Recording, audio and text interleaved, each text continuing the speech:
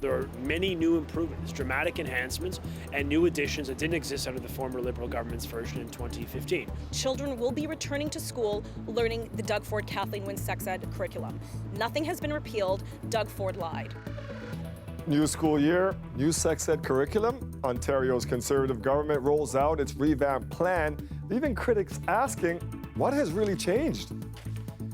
It was a controversial move by the Ford government scrapping the Wynne government sex ed curriculum, but today the PCs unveiled their revamped version for elementary schools, and unlike Ford's initial promise, it is very similar to the curriculum from 2015. Mike Crawley joins us live from Queen's Park. Now, Mike, the revamp is prompting some strong reaction.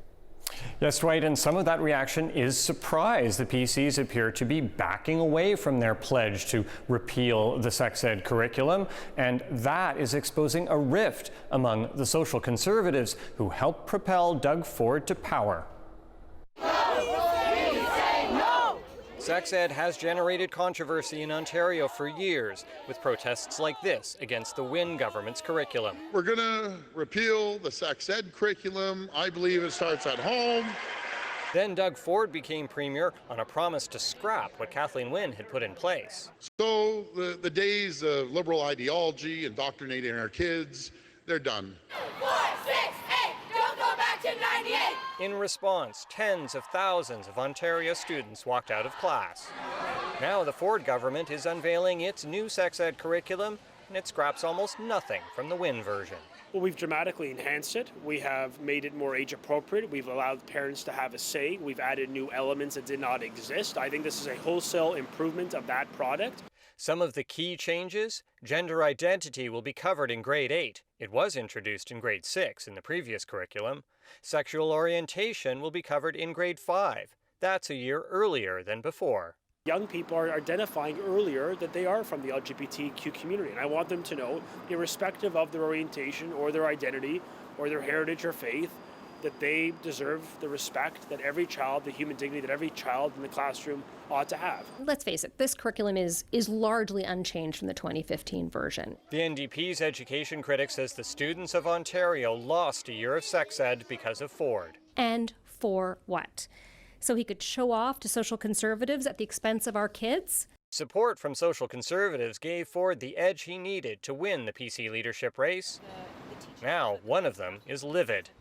Nothing has been repealed. Doug Ford lied. He promised the parents and the children of Ontario that he would get rid of what he called liberal ideology being forced into the classrooms of Ontario. He has failed to do that. The Doug Ford Kathleen Wynne sex ed curriculum is still in place. One other change: it will be much simpler for parents to withdraw their kids from sex ed classes. So this social conservative is praising Ford. He has protected 2 million children from radical teaching. And this is a tremendous thing. School boards now must give parents 3 weeks notice of sex ed lessons, and parents can have their kids opt out of these classes just by filling in a form. Dwight? And Mike, we've heard a change in tone from the education minister. How significant is that? Yeah, this is a big shift in messaging on sex ed from the Ford government. We're hearing this new education minister, Stephen Lecce, use language of inclusion that we did not hear at all from the previous minister or from Ford himself. Because remember, Doug Ford railed against this sex ed curriculum quite often and quite strongly when he was running for the leadership. So this could be an effort to try to soften his image on this issue. Thank you, Mike. We're following breaking news out of Mississauga. Crews are battling a large fire at a business near Dixie and Dundas. You can see the smoke there. Peel police are asking people who live nearby to close their windows. Smoke can be seen as far away as Midtown Toronto. No one has been injured. The fire is affecting GO train service, though. Service on the Milton line has been suspended. Trains are not going through Dixie Station. GO says they are anticipating a long disruption and are asking passengers traveling to Kipling to consider taking the TTC. We'll bring you updates on this situation as we get them. The next wave of legal pot stores is one step closer tonight. The province has now selected the operators who can apply for a license to run a cannabis store. 13 operators have been chosen for Toronto. The new proposed locations dot the city from east to west. Queen Street could land 5 new shops, adding to the 2 already open on the street. And for the first time, a proposed shop north of Eglinton on Dufferin. One of the proposed pot shops is raising eyebrows tonight. That's because it's in the same spot as a notorious illegal dispensary. Chris Glover joins us live from the cafe location on Harvard Street. And Chris, you've been digging into the details of this application. Tell us what you found. Well, this story is sparking a strong reaction, especially from people who think it means that cafe can reopen here legally right away. That is not the case. The application to open a legal store will now go before the province, but I've uncovered the fact that the man behind that application may have nothing to do with cafe. Despite their white tent and apparent waiting area, well, what are you guys doing out here? They say they aren't selling cannabis any longer, but this barricaded storefront was Cafe, a popular illegal cannabis dispensary. If I can't go somewhere to get my pot legally to where I choose to go, then I'll just go to the black market. Soon she may not have to. Employees tried legal loopholes to keep Cafe open. After a series of raids, though, Cafe locations in Toronto are now blocked with cement barricades. But 104 Harvard Street just won the so-called lottery to submit an application to the province to be a legal pot retailer. It feels good, I guess, because this place was awesome. Like, I loved it. It was close to my house. Now the 42 applicants will be vetted thoroughly. People facing cannabis charges or with ties to criminal organizations won't get licenses. But cafe operators and the landlord at 104 Harvard face numerous charges. But the fact that they would have the boldness to submit a license, that is somewhat very surprising and frustrating in that regard. The province says the lottery is totally random. That infuriates Abby Roche. She runs a head shop and lounge in Kensington and wants a legal cannabis store, but can't even get her application in front of the provincial adjudicators. From the first lottery to the second lottery, the whole way that this is rolling out is an outrage. There's so much room for corruption. The man behind the 104 Harvard Street application, though, is this man. Robert Hayden is a film producer. It's conceivable, possible, that the landlord of that location made an offer to lease with someone who has nothing to do with cafe, and that's the person that won. And Dwight Hayden tells CBC Toronto that he has no connection to the cafe owners and operators, despite the fact that he wants to open a legal pot shop in their old location. Thank you, Chris. Now, it's not just Toronto getting new pot shops. The lottery picked 42 potential operators throughout the GTA and beyond. Here's a look at some of the other proposed spots, including Oshawa, Aurora, and the Barrie area. Guelph, Kitchener, Burlington, Hamilton, St. Catharines, and Niagara Falls could also soon see new cannabis stores. Still ahead, it's been exactly 1 year since a fire at 650 Parliament forced hundreds out of their homes, and they still can't return. We'll take you to the building to talk to residents coming up at 6:30. We have an update for you in the St. Mike's student sex assault story. The cases against 2 of the students accused of gang sex assault and assault with a weapon have concluded, but we don't know what the outcomes of these cases are. The Ministry of the Attorney General won't say, citing the students' ages and restrictions under the Youth Criminal Justice Act. Police laid charges against 7 teens at the all-boys private Catholic school last year related to 2 alleged sexual assaults and 1 alleged assault on campus. The cases of 4 other teens remain before the courts, with hearings in those matters set for September and October. A woman in her 70s is dead after being struck by 2 vehicles today. It happened just before noon at the intersection of Midland and Shepherd. That's where Lisa Shing joins us from now. And Lisa, police say neither driver remained unseen. No, neither of the drivers stayed at the scene earlier today, but I was just able to confirm with police in this division, Dwight, that they have found the fuel truck that was involved in that first hit, as well as the driver who was in the truck at the time. Now, just to give you an idea of what happened earlier today at 11:30, a 70-year-old woman, or a woman in her 70s, was walking down Shepherd, crossing the street right at Midland. The fuel truck was turning right when it hit her, and police Police say that it hit her twice. The rear wheels actually is what apparently killed her. Now, minutes after that, a second car, what witnesses described could have been a Honda Civic, a white Honda Civic, also hit her again, dragged her some distance. The driver apparently got out, looked at the body, got back into the car, and sped off. So most of this afternoon, police had this intersection closed for their investigation. Here's how they described the scene. We've got lots of community members here, a very gruesome scene, and we're working right now to first identify the woman conclusively, get the family notified. So because it was a large fuel truck vehicle, there could have been a chance the driver didn't know he had hit that woman. But as for the second driver of that white vehicle, here's the message from police to that person. We know collisions are going to happen, and things like this, unfortunately, still happen. This is, I believe, our 19th pedestrian that's been killed in Toronto this year, and but the social contract is that you stick around, you don't take off, and you deal with it as it's happened. Our investigators are unfortunately quite good at these types of investigations, and we really will not stop until this is solved and the people who are involved are identified, and we'll take it from there. Now, this has been the second pedestrian who has been hit and killed in just the last 24 hours. A man was hit and killed last evening in North York. 42 Division, this region, sees some of the highest number of pedestrian deaths in the entire city. Now, this is also against the backdrop of Vision Zero that is trying to reduce the number of pedestrian deaths in the city to zero. That's seen questionable success in the last little bit, Dwight. Yeah, we have to do better on these roads. Thank you for that, Lisa. Peel Region is about to get a new police chief, and for the first time, it's a person of color. Nish Duriyappa is currently the deputy chief in Halton Region. He's been a member of that service for 25 years. Duriyappa was born in Sri Lanka and emigrated to Canada. I had the chance to speak with him about his new gig. People kind of look at you as a role model. You know, people of color, people from marginalized communities, they look up to you, and oftentimes the relationship with police is not that great. But now a young person can look up and say, hey, look, the chief kind of looks like me. Mm-hmm.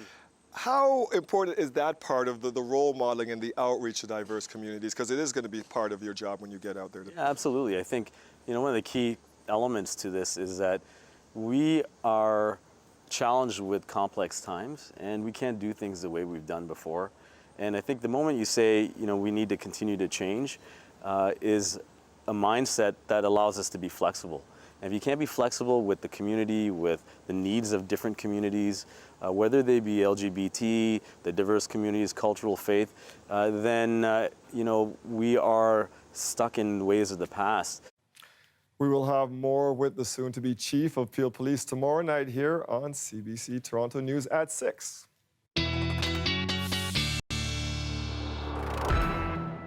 The humidity came back, but we hear it is going away, Colette, but not yet. Yeah, you're right. It is going away, but boy, it's still out there now, Dwight. Yeah, and that's one of the ingredients for some of the showers and thunderstorms when we've got this cold front that is coming our way, the leading edge of this newer air mass that's going to move in that will have lower humidity. I just want to show you the daytime high today. Unofficially today for Toronto, 30.2, not a record. The record's 35. That's been holding back since 1955, but still some heat out there and still in place. 29 is the current temperature. The humidex, mid-30s. Earlier, it was in the upper 30s. So yes, we definitely still have that humidity until that new air mass gets here. Also seeing some of the storms that are still back to the west of the GTA.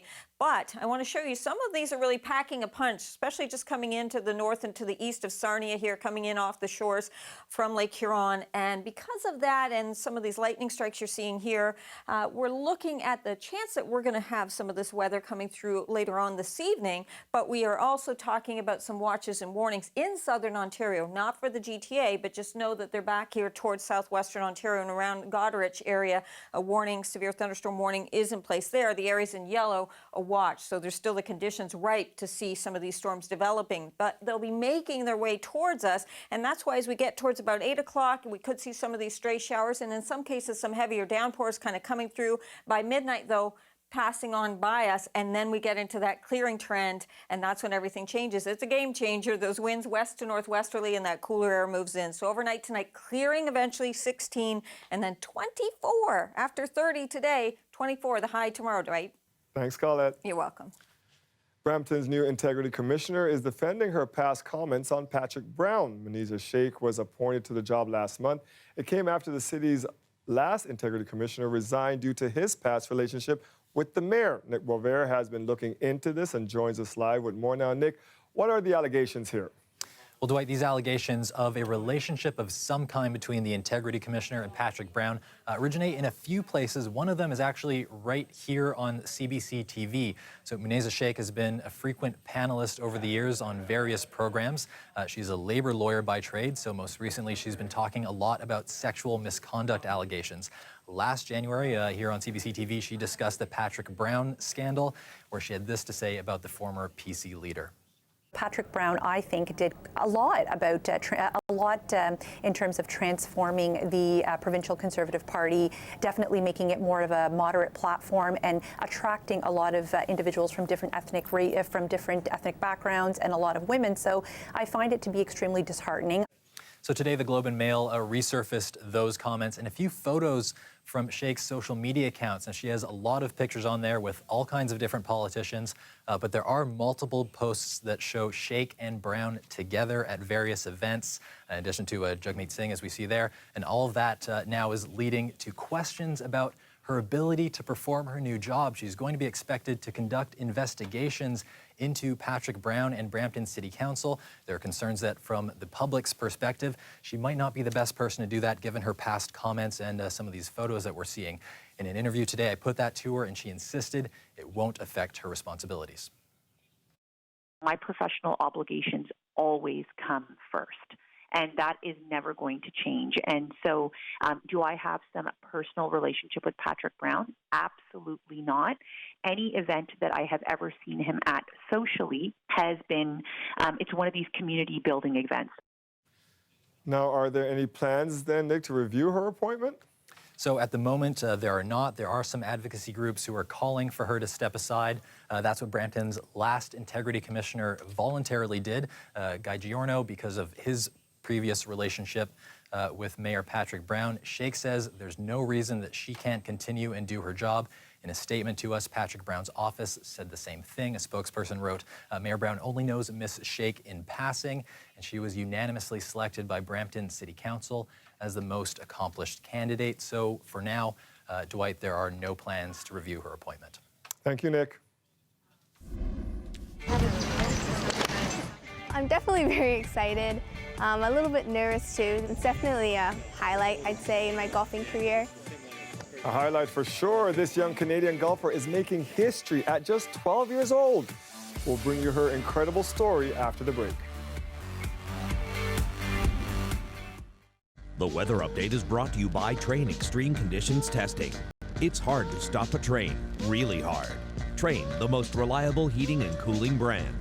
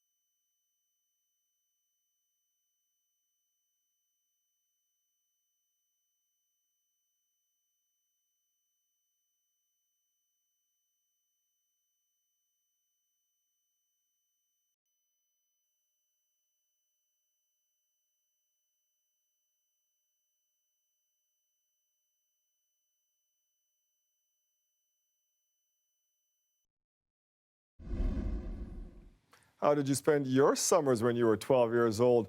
Chances are it was a lot different than Michelle Liu. The 12-year-old is making history this week. She's the youngest player to qualify for the 2019 CP Women's Open.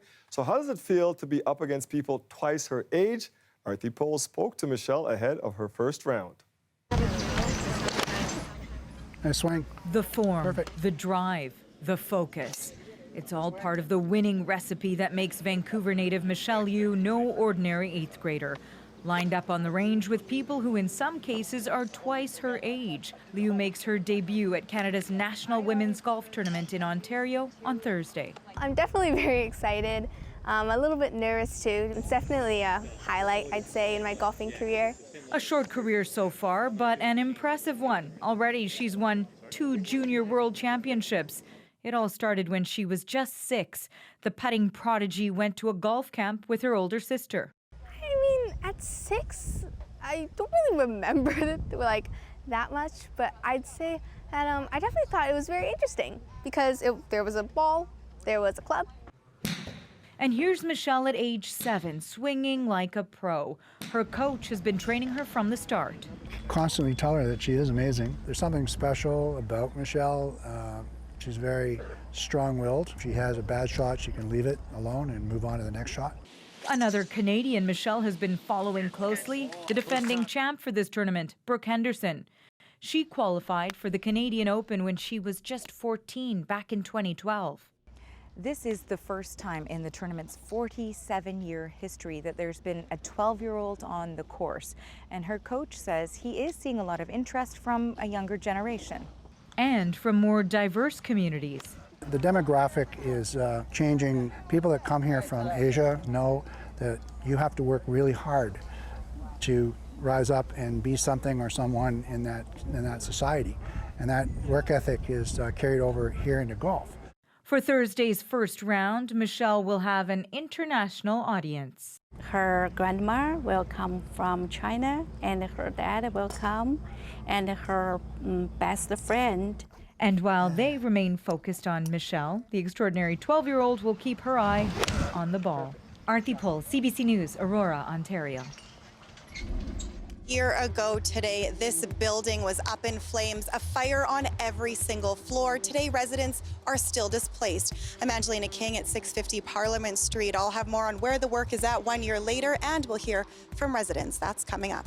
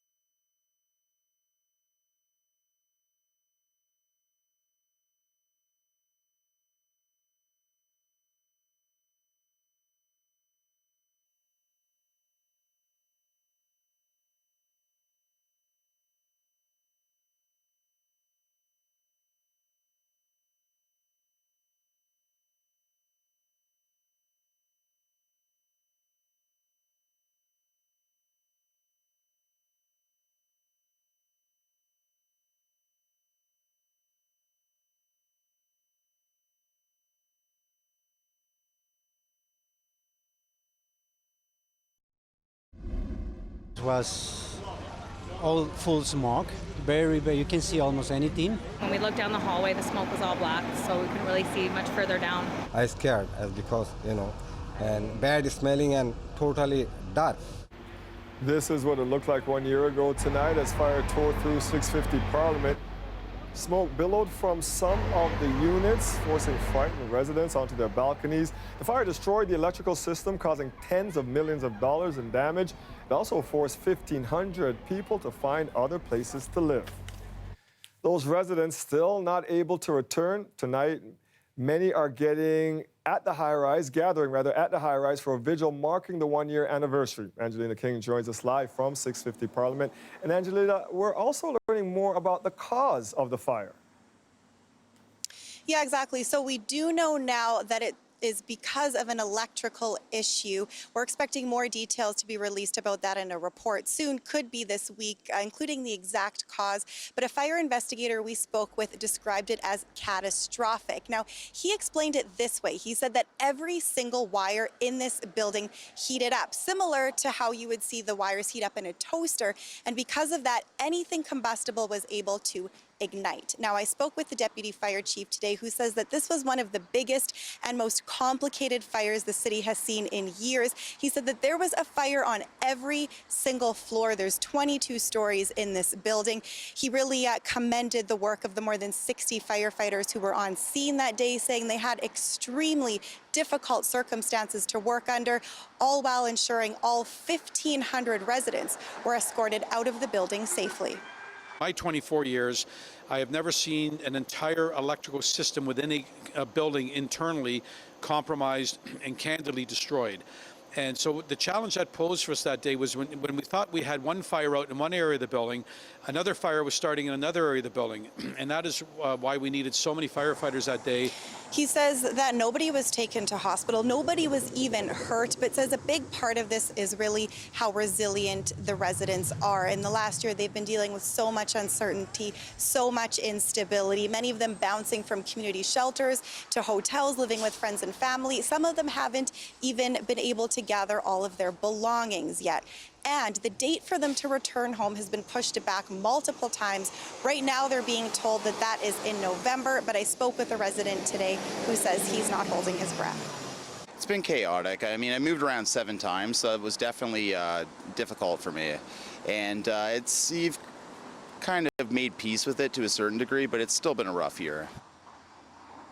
So 1 year later, about 3/4 of the renovation work has been completed. The building, a spokesperson for the building says that about $50 to $60 million has been spent so far. And the deputy fire chief says that every single electrical component, every light switch has to be replaced at the building. And that's part of why it's taking so long. So in the meantime, tonight, residents are meeting right now to kind of discuss some next steps, answer some questions, plan a future protest. And then after that, there will be a candlelight vigil here to mark the 1-year anniversary of the fire. And the resident says that if there's any positive that came from this, it's that it's brought an entire community together and shows just how resilient and strong they can be. Dwight? Yes, they are. Thank you for that, Christina.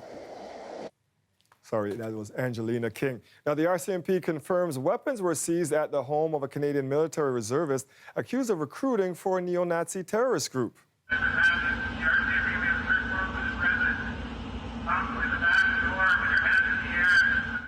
On Monday night, police found a number of firearms in the rural Manitoba home of Master Corporal Patrick Matthews. No charges have been laid. Matthews is suspected of being a member of a global neo-Nazi group called The Base. Both RCMP and the military are investigating his alleged ties to it. Matthews is a member of a Winnipeg-based brigade. It was another swing and a miss for the opposition today in their efforts to directly challenge the integrity of the Prime Minister. The Liberal majority on the Commons Ethics Committee rejected a push to hear from witnesses, including the Ethics Commissioner. Julie Van Duzen is tracking developments in Ottawa for us. So what did the Liberal majority on the committee have to say today, Julie? Well, I mean, first, the Conservatives spoke for quite a while about all the reasons why Canadians need to hear more from Mario Zion. But the Liberals, all of them but one, voted against that move. Now, Nathaniel Erskine Smith, who's an MP from Beaches, East York in the Toronto area. He basically wants to hear from Dion because he thought that some parts of the report were flawed. So he's the only outlier, and for those reasons. So the majority of the Liberals, though, said that, look, it's time to move on. The report came out last week. We've all heard about it. The Prime Minister stated his reasons for acting the way he did on the whole SNC-Lavalin affair, and that was to protect jobs. Take a listen to Steve McKinnon. The only conclusion that I and members of this committee can come to is that the opposition seeks to prolong this process for reasons of politics, reasons of partisan games, and it is for that reason, Mr. Chair, that we will be opposing this motion. So where does that now leave the opposition? Well, the opposition has been making their point and shaming the Liberals. They're trying to for days now, saying do the right thing when you get to this emergency committee. I mean, this is what it was, right? The House of Commons is not even sitting, so they all had to come in from their ridings. They said, look, Mary Dawson has come to this committee before to explain her findings in her report about the Prime Minister's visit to the Aga Khans Island. So we should be hearing from Mario Dion, especially because in his report, he said that 9 people wanted to come forward and give some information about what they knew, but they weren't given clearance to do so. So a lot of questions still remain, according to the opposition. Take a listen. It seems obvious that they are taking direction this afternoon, Mr. Erskine-Smith aside, from a hitman from the PMO. They interfered in 9 separate people stepping forward and giving evidence. To me, is very, very concerning. I want to know who those 9 people are. This is, in a lot of ways, red meat right before an election, and I know that. But something was really wrong here. So, Dwight, I mean, it's interesting because Mario Dion made it very clear that he was available today to appear at the committee, to speak to the MPs, to answer their questions, but that did not happen. So the opposition says it's now up to voters to decide if this is reason enough to punish the Liberals for not allowing him to come to committee. And they will, of course, get that chance if they want to 2 months from now on October 21st. Yes, they will. Thank you, Julie. You're welcome.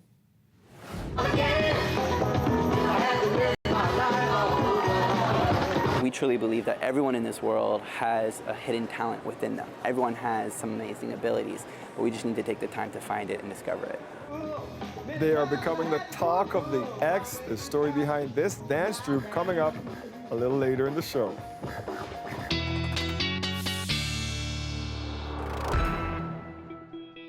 You won't want to miss that one, Colette. It's going to be fun.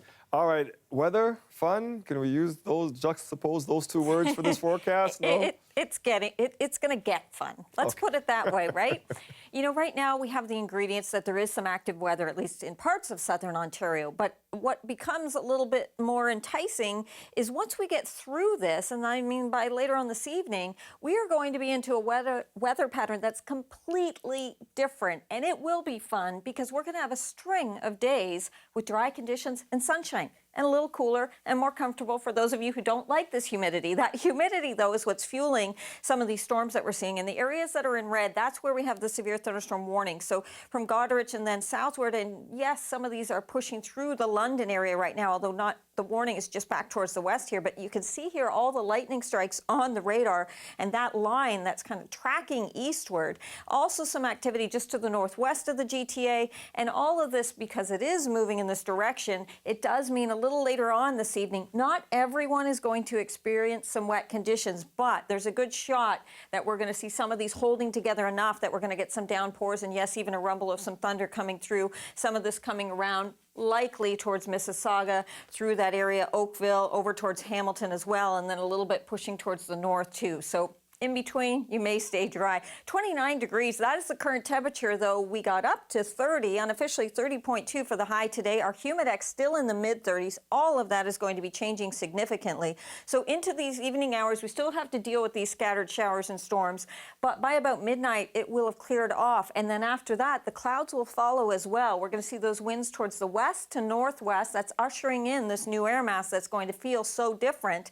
And into Friday, we are even talking again fun at seeing clear conditions. And it's not just Friday, it goes beyond that as well. So your temperatures overnight tonight, they're coming down a little bit. They'll get cooler after this. Friday is actually going to be the coolest day, and Friday night into Saturday, very comfortable sleeping conditions. Here you go, though. Tomorrow afternoon, highs around 23 to 24 degrees. Friday, 22. Friday night, 12 degrees. That's even a little below seasonal. And a look at the weekend, again, right through towards Monday. It looks like around Monday or late Monday. At this point, that's when we'll see the next system starting to push through. So I think that is fun, Dwight. It is fun, except for that 12, way too close to single digits. Thank you, Colette. Don't even say that. You're welcome. Engineers, workers, crews coming in, trying to manage the kids, no kitchen, like just chaos. These homes are only 3 years old, but the owners say in many cases they can't even live in them because of construction flaws. What they want done, coming up after the break.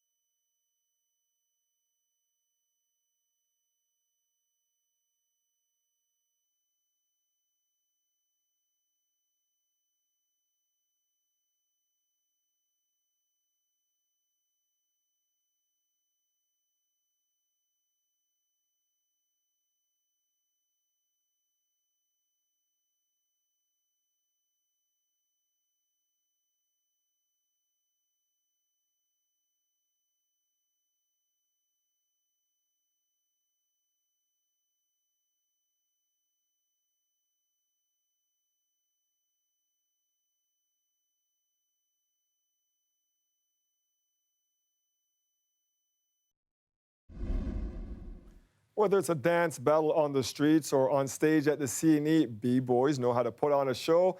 And this next amazing crew has the ability to make everyone want to get up and dance, and that is exactly their mission. Alicia Hassan caught up with the dance crew, Ill Abilities, backstage at the X.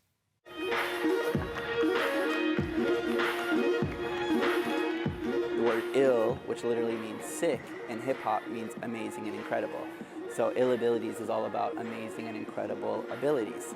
And we truly believe that everyone in this world has a hidden talent within them. Everyone has some amazing abilities, but we just need to take the time to find it and discover it.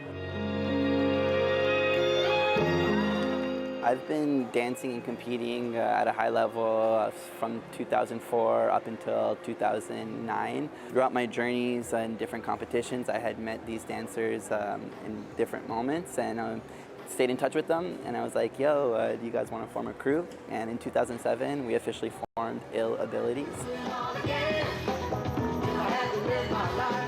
The dancer from Brazil, Samuka, he's a cancer survivor. He's an amputee. He ended up creating a unique style, just dancing with one leg. Ridu from the Netherlands was born with many malformations all over his body, and he has a very, very unique style where he's constantly flowing. Chicho, who's our dancer from Chile, was born with a malformation in both his legs. He looks somewhat like a little person, but he's created a unique style where he's always on his hands. Hi, I'm the deaf guy.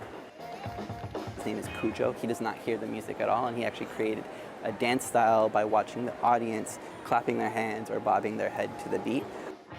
We all have other groups in our respective cities, but those bonds are different, but they can't relate. So my crew members can't relate to my deafness. His crew members can't relate to the fact that he has a prosthetic. They don't understand what it's like. And so being with other people that have a similar shared experience, it creates a really unique chemistry that can't be found anywhere else. Performing with ill abilities is something else. Everyone on stage, all together, we have such chemistry and such magic that I don't have with any other group that I perform with. What we want our audiences to be able to get out of our performances, take the time to learn to do things your own way. Because once you've learned to do those things your way, then you start learning to believe in yourself. Definitely going to check those guys out at the X. Dozens of homeowners in a new subdivision say they are dealing with mold, construction defects, and delays by Terion, the province's warranty provider. As Laura Osmond explains, the homeowners want the system overhauled so other families don't have to go through a similar experience. Julie and Marcel Belfay spend their days in their garage. They set up a makeshift living room. On the wall is a poster. There's no victory without a battle. Words they're living by as they fight for repairs to their new home. Our whole days, engineers, workers, crews coming in, trying to manage the kids, no kitchen, like just chaos. All the while, the sound of jackhammers reverberating through the room. Workers tear up the concrete in the basement to install a vapor barrier that was missing during the initial construction. Inside, the house is wrapped in plastic, while the couple and their youngest 2 kids sleep in a motel. Terion, the home warranty provider in Ontario, is paying for the repairs. It's taken 2.5 years to get to this point, and the money doesn't cover the full cost of the work. The system is so broken just generally, and it's so hard to work through for homeowners. The Belfays are not alone. Brad Neal lives just down the street. He discovered cracks in his foundation and mold. He says it took months for Terion to take action. Having 3 young kids in there, there's been many sleepless nights just thinking about that. In a statement from Tamarack, the builder says it stands by its homes. Typically, the builder is involved in resolving warranty claims. In its statement, Tamarack says, quote, "Homeowners have bypassed us and gone directly to Terion. As soon as that happens, the Terion process takes over." Terion got an earful at a meeting last week with over 80 homeowners from the Cardinal Creek neighborhood. CBC was not allowed inside the meeting, but those who were say it got quite heated. In many cases, it was emotional, and many people are very fed up, and they just want their homes to be fixed. And many want to talk to us about wanting to make sure nobody else ever has to go through this again. Homeowners in the area complain about long delays to have disputes settled and having to pay out of pocket to prove their defects exist. Our message to them was that we are here and we are listening and we are here to help them. I reached out to Consumer Services Minister Lisa Thompson, and she agrees Terion is broken. She's promising major reforms to speed up the claims process. The NDP critic I spoke to said he hasn't been able to get any information about what exactly that entails. Tom Rakocevic attended the meeting and toured the Belfays' home. Oh my gosh. He's skeptical of the government's plan. With this government, you have to always wait and see what you're going to get. The government is expected to make an announcement later this year. Meanwhile, the Belfays say they don't know when or if they'll be able to live normally in their home again. No one should have to go through this, not in this day and age, and not for newly built homes. This is wrong. Laura Osmond, CBC News, Ottawa. In my opinion, you vote for a Democrat, you're being very disloyal to Jewish people, and you're being very disloyal to Israel. Well, after that comment and others like it, President Trump is facing new criticism from Jewish American organizations. We'll bring you the very latest from Washington after the break.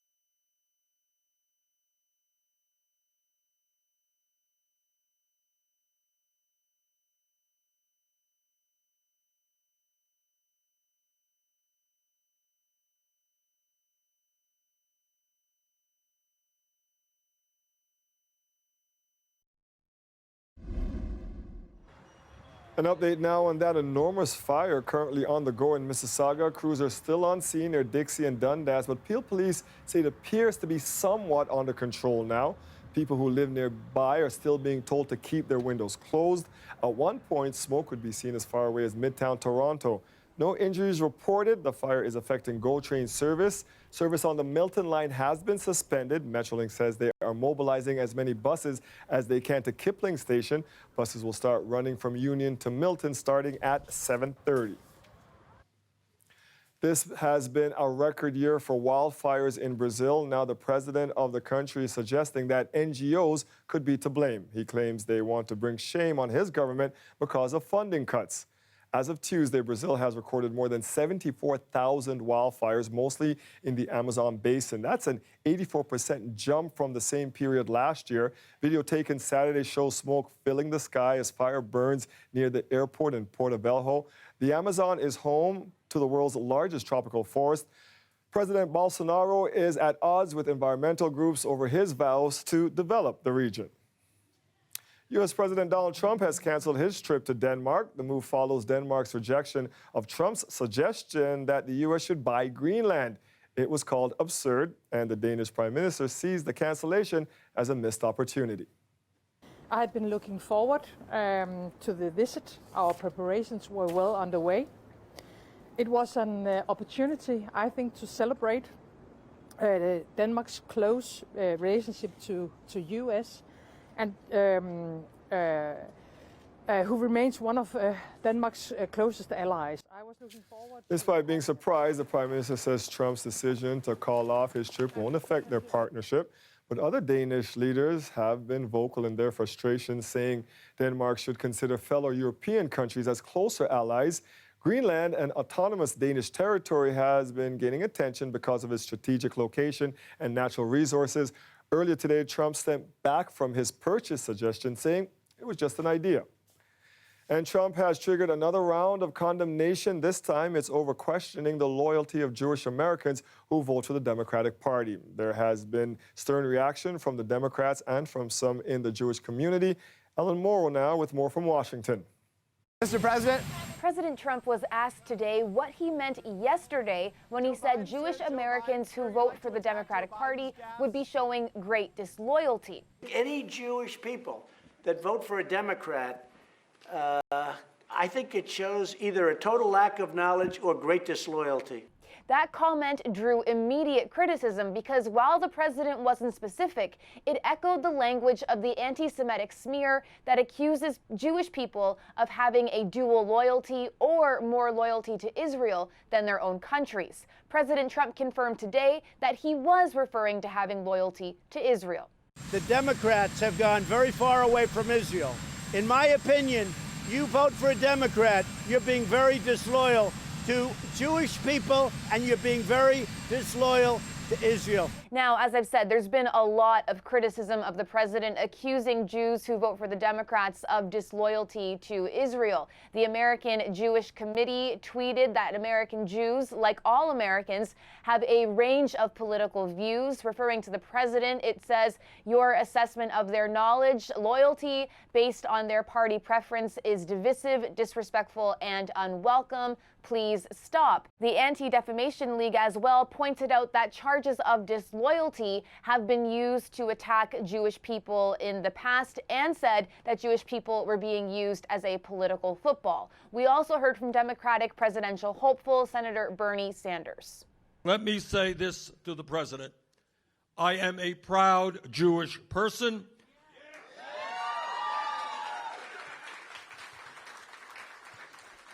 And I have no concerns about voting Democratic. And in fact, I intend to vote for a Jewish man to become the next president of the United States. Trump's comments are part of his ongoing feud with Muslim Congresswomen Ilhan Omar and Rashida Tlaib, who he accuses of anti-Semitism. Trump's attacks are set to continue as the president tries to make the most left-wing Democrats the face of the Democratic Party as a whole, as a way of trying to scare voters away from his opponents ahead of 2020. Ellen Morrow, CBC News, Washington.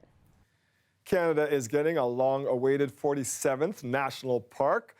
Thaidene National Park comes after decades of planning. It will cover 14,000 square kilometers in Northwest Territories.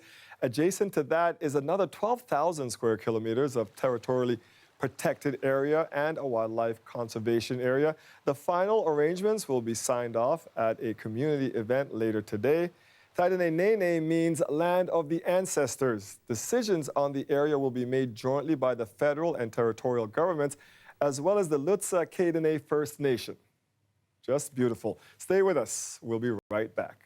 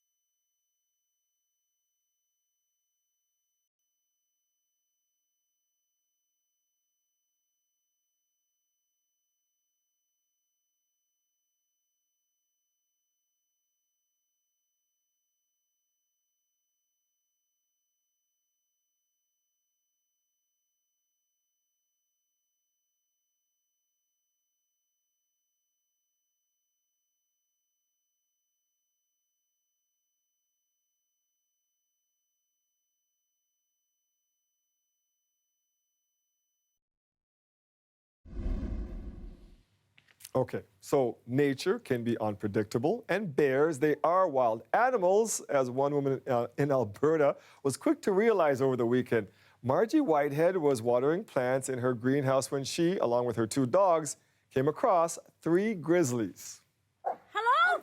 Hello, Bruce, we have 3 young grizzlies in our yard. The bears were eating dog food in the root cellar of her backyard. Whitehead made it back to the house, but the dogs wouldn't come in. She grabbed a shotgun and fired some warning shots, but the bears just ignored them. A neighbor used his van to rescue the dogs and finally scare the grizzlies away. She was screaming there like I scream when I see needles. I was going to say, that would be the tone of my voice in that same situation, for sure. We have another wildlife story, but a nice happy ending to it, and you played a part in the rescue. I played a small part, but I'm so thrilled. Let's hear about it. Yeah, I've got some shout-outs to do here. Basically, I found an injured turtle on a lake north of Kingston this past weekend. Yep. And there's the cutie, yeah. They've named him Mr. Big.